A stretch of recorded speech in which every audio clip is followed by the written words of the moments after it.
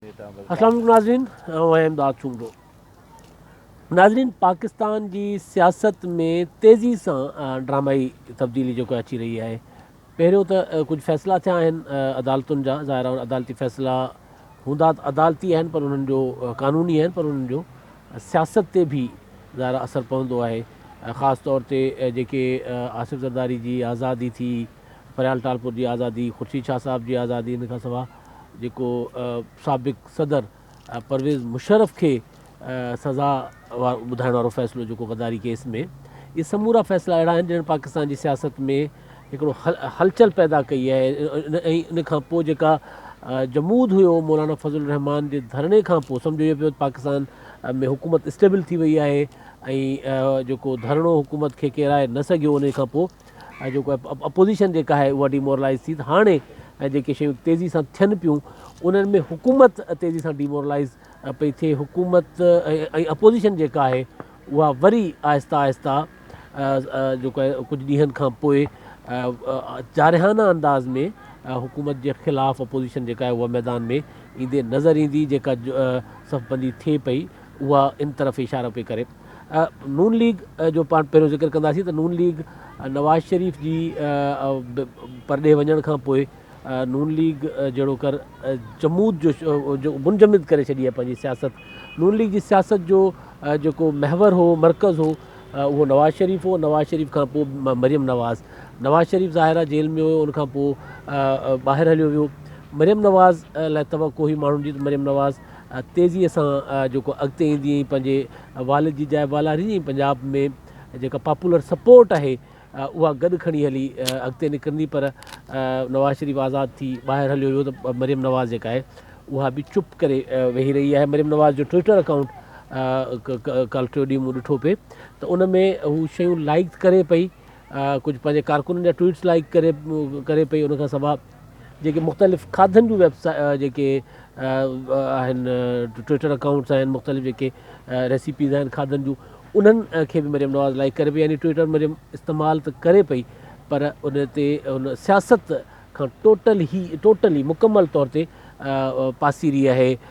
जीअं मूं पहिरियों चयो त फ्रीज़ करे छॾी आहे मुस्लिम लीग नून जी क़यादत पंहिंजी सियासत। शहबाज़ शरीफ़ बि ॿाहिरि आहे, पर इहो सभु कुझु घणो वक़्तु न हलंदो। ज़ाहिर कुझु अरसे बाद, कुझु वक़्त खां पोइ जेका मुस्लिम लीग नून बि मैदान में ईंदी ऐं उनजो मैदान में अचनि थोरो माज़ी में हलंदासीं ऐं त ॾिसंदासीं त जेको मुस्लिम लीग नून माज़ी में बि इन क़िस्म जी जमूद जो शिकार कयो, पंहिंजी सियासत खे फ्रीज़ करे छॾियो पंहिंजी सियासत खे। पर जॾहिं 2007 में मोहतरमा बेनज़ीर भुट्टो शहीद वतन वापसि आई त नवाज़ शरीफ़ जेको आहे उहो पंहिंजी सियासत ॿीहर जेको आहे शुरू कई, बल्कि पाण पोयां मोहतरमा जे पोयां वतन वापसि आयो ऐं अची हिते हुन सियासत शुरू कई, जेका सियासत मुबैना डील जे नतीजे में नवाज़ शरीफ़ मुअतल रखी हुई। हाणे बि चयो पियो वञे त का डील थी आहे ऐं डील जे नतीजे में मरियम नवाज़ चुप आहे। नवाज़ शरीफ़ ॿाहिरि हलियो वियो, उनखां पोइ नवाज़ शरीफ़ ज़ाहिर आहे जेको अदालत जो ॾियलु वक़्तु आहे उहो बि पूरो थियण वारो आहे। उनखां पोइ वरी वापसि नून लीग अदालत में वेंदी या हुकूमत खे दरख़्वास्त कंदी। इहे समूरा मामला आहिनि जंहिंजे करे फ़िलहालु नून लीग जी सियासत जेका आहे उहा फ्रीज़ड आहे। वक़्त जो इंतज़ारु आहे नून लीग खे।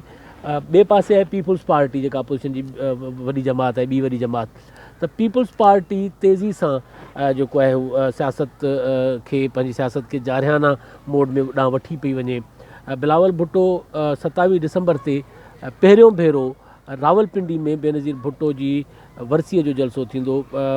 जेकॾहिं इहो चवां त शायदि ग़लति न हूंदो त भुट्टो साहब ऐं मोहतरमा बेनज़ीर भुट्टो जी वरसीअ जो को बि जलसो गड़ी ख़ुदा बख़्श खां ॿाहिरि न थियो आहे। पर हीउ पहिरियों जलसो आहे मोहतरमा जी 12वीं वरसी जो जेको रावलपिंडी में थिए पियो। इहो इंतिहाई सिग्निफिकेंट आहे, छाकाणि त पीपुल्स पार्टी जेका मुसलसल पंजाब में ग़ैर हाज़ुर हुई, पंजाब में पीपुल्स पार्टी वटि पॉपुलर सपोर्ट न हुई, हींअर बि कोन्हे, पर हाणे पीपुल्स पार्टी रावलपिंडी में जेको जलसो करणु वञे पई, उन जी अहमियत इन पासे बि आहे त हाणे पीपुल्स पार्टी फोकस करे पई पाकिस्तान जे उन सूबे तरफ़ जे वटि जितां पॉपुलर सपोर्ट मिलण खां पोइ हुकूमतूं ठहंदियूं आहिनि या हुकूमतुनि जे ख़िलाफ़ु तहरीकूं जेके हलंदियूं आहिनि त उहे हुकूमतूं ठहंदियूं आहिनि। त पीपुल्स पार्टी पंजाब खे वापसि फोकस करे पई। मोहतरमा जी शहादत खां पोइ पंजाब तेज़ीअ सां पीपुल्स पार्टी जे हथ मां निकिरी वियो। आसिफ़ ज़रदारी पंजाब ते फोकस न करे सघियो। आसिफ़ ज़रदारी जी शख़्सियत ते जेके बि तनाज़ा आहिनि, जेके उन ते इल्ज़ाम आहिनि, उन्हनि जे करे बि पंजाब में आम माण्हू जेके आहिनि उहे पीपुल्स पार्टीअ खे ॾांहुं रवैयो जेको मोहतरमा जी शहादत खां पोइ चेंज थियो ऐं माण्हू आहिस्ता आहिस्ता पीपुल्स पार्टी ॾांहुं जेके इलेक्टेबल्स हुआ उहे बि छॾे विया, पर आम पॉपुलर सपोर्ट जेका हुई उहा पीपुल्स पार्टी जी न रही। त पीपुल्स पार्टी उहा पॉपुलर सपोर्ट जेका आहे वापसि करण लाइ बिलावल भुट्टो जेको आहे उहो 27 डिसंबर ते जलसो कंदो रावलपिंडी में बेनज़ीर जी वरसीअ जो। ऐं उनखां पोइ पीपुल्स पार्टी हिकिड़ी राब्ता आवाम मुहिम जेका बिलावल हलाए रहियो आहे, चयो इहो पियो वञे त उनखे वधीक तेज़ कंदो ऐं फोकस पंजाब खे रखंदो। हाणे जॾहिं बिलावल पंजाब में जेकॾहिं मैदान में लहंदो ऐं पंजाब में जलसा करे या पंजाब में वर्कर्स कन्वेंशन करे, इवन पंहिंजी पार्टी जी मीटिंग्स करे या पंजाब खे घणो वक़्तु ॾिए, त उनजो ज़ाहिर सिधो सो जेको टारगेट हूंदो उहो त इमरान ख़ान हूंदो, पर सियासी नुक़सानु जेको आहे उहो मुस्लिम लीग नून खे थींदो। त उहो उन बिलावल जी इन मूव खां पोइ मुस्लिम लीग नून लाइ मुमकिन न रहंदो ईअं ख़ामोश रहणु। हिन वक़्त ताईं हुकूमत जूं नाकामियुनि जो फ़ाइदो मुस्लिम लीग नून खे पियो वञे, पर मुस्लिम लीग नून ख़ामोश आहे। त उहो जेको गैप थिए पियो, उहो गैप जेकॾहिं पीपुल्स पार्टी फिल करण जी कोशिशि कंदी, पंजाब में लहंदी, ज़ाहिर मुस्लिम लीग नून वरी पंहिंजी पॉपुलर पॉलिटिक्स ॾांहुं ईंदी। जेका पोइ सियासत मुस्लिम लीग नून जी फ्रीज़ थियल आहे, उहा सियासत मुस्लिम लीग नून वापसि, जीअं मूं पहिरीं चयो त 2007 वांगुरु पंहिंजी उन सियासत ॾांहुं मुस्लिम लीग नून वापसि ईंदी। सो डिसंबर जेको आहे इहो इंतिहाई अहम आहे फ़ैसिलनि जे हवाले सां बि ऐं पॉलिटिक्स जे हवाले सां बि। सो सियासी जेके सूरत हाल आहे उहा 27 डिसंबर खां पोइ या डिसंबर खां पोइ तेज़ थींदी। पाकिस्तान में सियासत में तेज़ी ईंदी।